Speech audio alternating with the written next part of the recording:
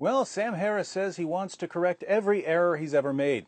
Noble gesture, but I hope Sam's not doing anything for the next 487 years because he's been so incredibly sloppy that it will take him multiple lifetimes to clean up the messes he's made.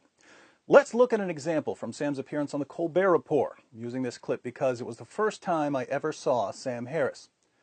So Sam's promoting his book, The End of Faith, and he brings up the virgin birth of Jesus and Muhammad's night journey. Either you have good reasons for what you believe, or you don't. If you have good reasons, those beliefs are part of the worldview of science and rationality generally. If there were good reasons to believe that Jesus was born of a virgin, or that Muhammad went to heaven on a winged horse, that would be part of our rational worldview. Now again, Sam's the one who brings up the virgin birth and Islam, and we can assume that he knows what he's talking about since he talks about Christianity and Islam quite a bit in his books. But when Stephen Colbert runs with the topic that Sam brought up and says that Jesus was born of a virgin, Sam shares some of his expertise and tells his viewers what Islam has to say about the virgin birth. I've got historical evidence. The Bible tells me Jesus was born of a virgin. Yeah, but I mean, there's your witness right there, the Bible. Unfortunately, the Quran says that anyone who thinks that is going to spend eternity in hell. But we're not talking about the Quran, we're talking about the Bible. So, according to the Quran, anyone who thinks that Jesus was born of a virgin will spend eternity in hell. I've never bothered to correct Sam on this, but since he literally asked for it, let's check the Quran. Here's Surah 3, verses 45 to 47. And mention when the angels said, O Mary, indeed Allah gives you good tidings of a word from him, whose name will be the Messiah, Jesus the son of Mary, distinguished in this world and the hereafter, and among those brought near to Allah. He will speak to the people in the cradle and in maturity, and will be of the righteous. She said, My Lord, how will I have a child when no man has touched me? The angel said, Such is Allah, he creates what he wills. When he decrees a matter, he only says to it, Be, and it is.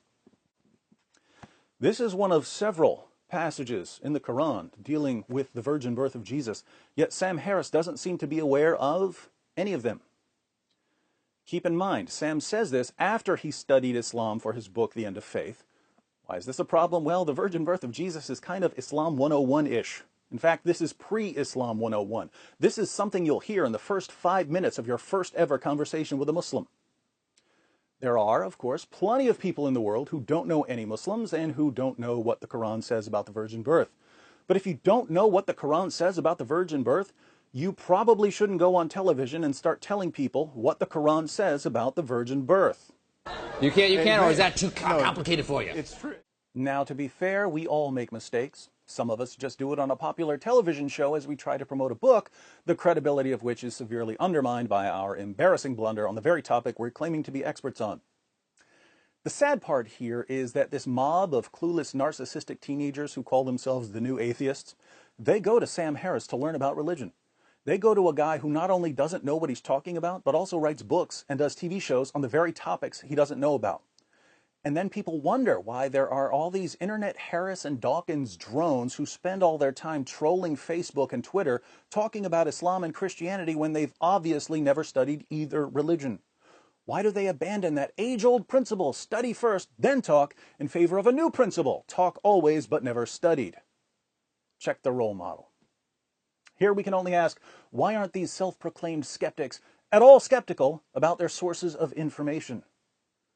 It seems that their irrational, unshakable, cult-like faith in Sam Harris, the Sam Harris delusion, we might call it, just isn't open to any sort of empirical disconfirmation. So no matter how many blunders Sam makes, his followers will do what they do best. Follow. Keep the faith, atheists. You're swimming in it.